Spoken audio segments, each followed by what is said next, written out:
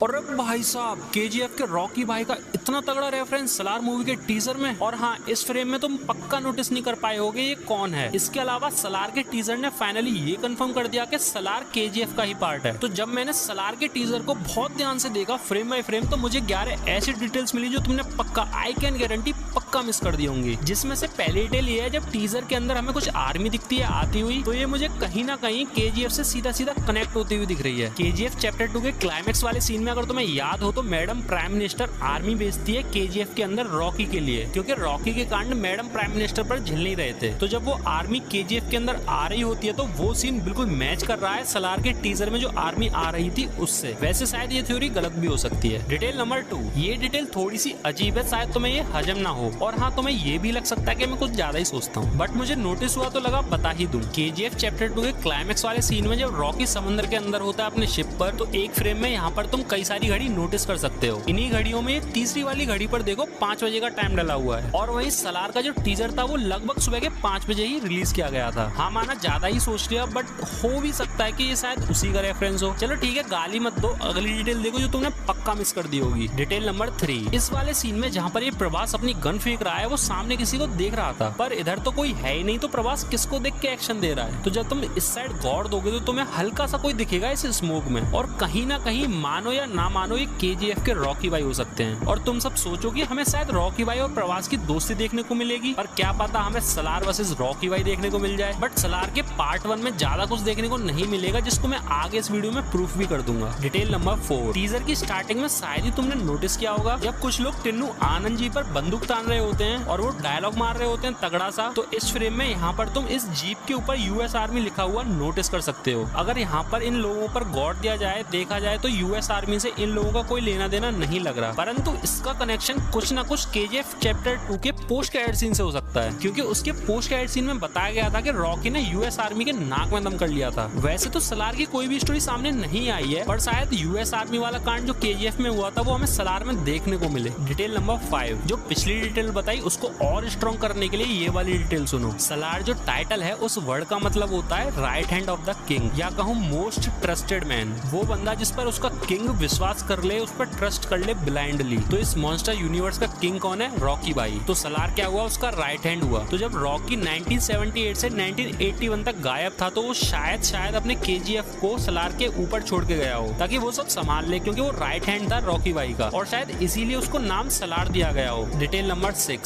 सलार के अनाउंसमेंट के टाइम से ही एक थ्योरी बहुत वायरल हो रही थी कि केजीएफ और सलार एक दूसरे से अटैच होगी, जो थ्योरी सच भी होने वाली है, क्योंकि सलार के टीजर में तुमने शायद ही नोटिस किया होगा जो हमें लोकेशन दिखाई गई थी वो केजीएफ की ही लोकेशन है। और दूसरी बात, केजीएफ चैप्टर 2 में एक लड़का दिखाया था ना फरमान, जो संजय दत्त से भिड़ गया था, उसी लड़के को मैंने सलार मूवी की कास्ट में देखा था। भाई मजा तो बहुत आने वाला है इस मूवी में सच में। इसके अलावा डिटेल नंबर 7 ये थी कि जो टीजर के एंड में हमें सारे नाम दिखाए गए थे ना कास्ट एंड क्रू के, वो बिल्कुल सिमिलर थे केजीएफ के कास्ट एंड क्रू से। तो भाई अब तो डाउट बिल्कुल मत करना कि केजीएफ और सलार कहीं अलग तो नहीं। और हाँ, सबसे बड़ी बात, इनके डायरेक्टर भी सेम है। डिटेल नंबर 8, तो जो सलार का टीजर था उसकी एंडिंग में हमें ये पता लगा कि सलार कई पार्ट्स में आ सकती है, क्योंकि पहले पार्ट का नाम है सलार पार्ट 1 केस फायर, और ये शायद रेफरेंस हो सकता है जब संजय दत्त ने केजीएफ में घुस के आग लगाई थी और वो बच्चा फरमान जो सबको बचाने की कोशिश कर रहा था। वहीं से एक थ्योरी बहुत ज्यादा वायरल होने लगी थी कि फरमान जो लड़का था वो मरा नहीं था, वही आगे चल के सलार बनेगा। तो ये मूवी उसी लड़के फरमान के ऊपर हो सकती है, पर मुझे पर्सनली ऐसा नहीं लगता। डिटेल नंबर 9, तो वैसे ये कोई डिटेल नहीं है, पर भाई सच में सलार के टीजर का जो फील था,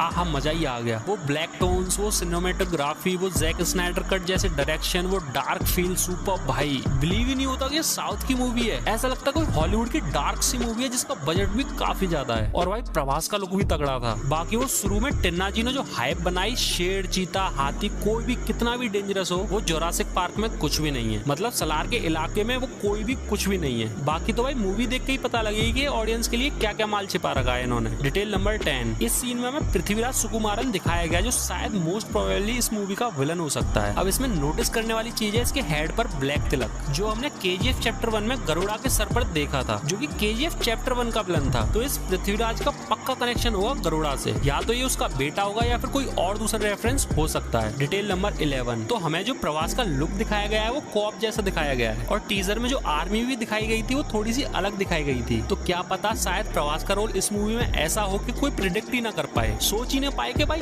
क्या था ये? यही तो फिल्म के मेकर्स चाहते हैं। 1.5 मिनट के